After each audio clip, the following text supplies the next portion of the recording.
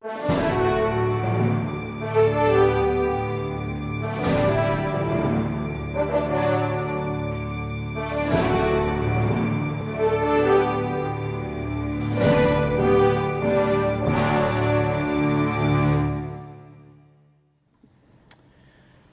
teman-teman ya, di malam ini saya ingin mengupdate kasus berkaitan dengan Pak Joko Chandra.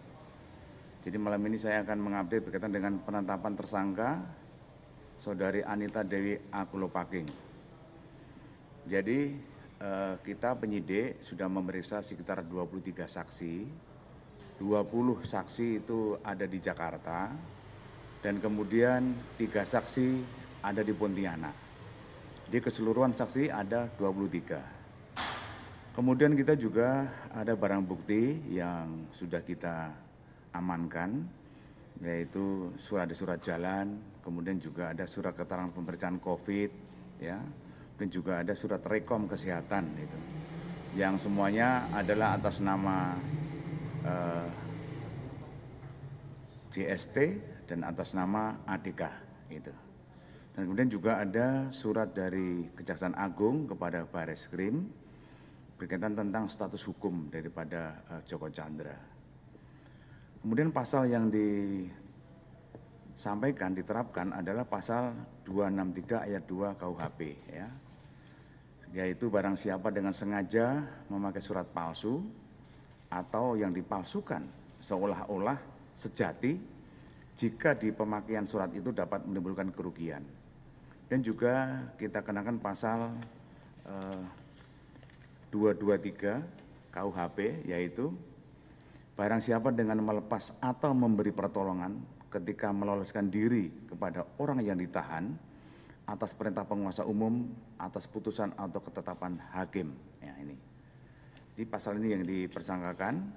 Kemudian kemarin hari Senin tanggal 27 Juli 2020 penyidik melakukan gelar perkara, ya, karena kita udah ada barang bukti, ada bukti petunjuk, ada saksi, ya. Akhirnya sesuai dengan SOP yang kita punya, kita melakukan gelar perkara, yaitu untuk menetapkan status sebagai tersangka.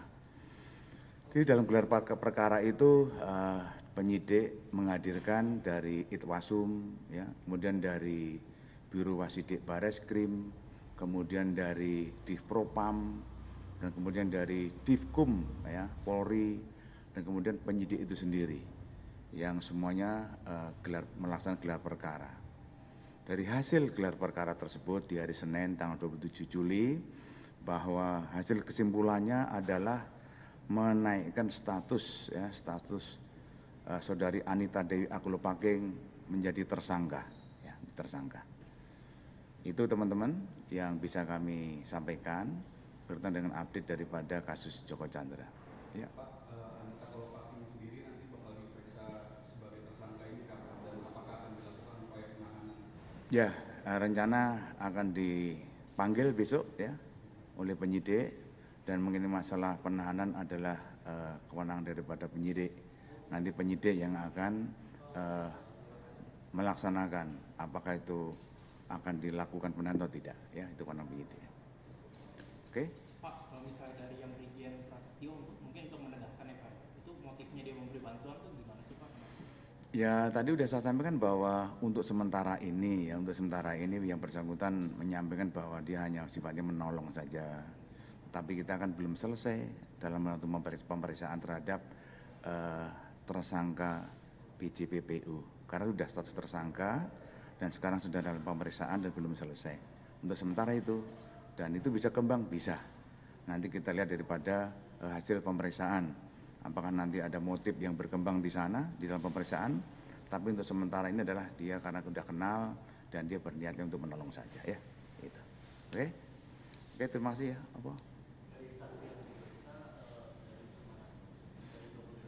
Ya, tadi ada polisi juga ada, dan juga ada orang umum juga ada, ya, yang berkaitan dengan kegiatan mulai dari Jakarta dan dari Pontianak itu. Semua kita lakukan, ya. Gitu.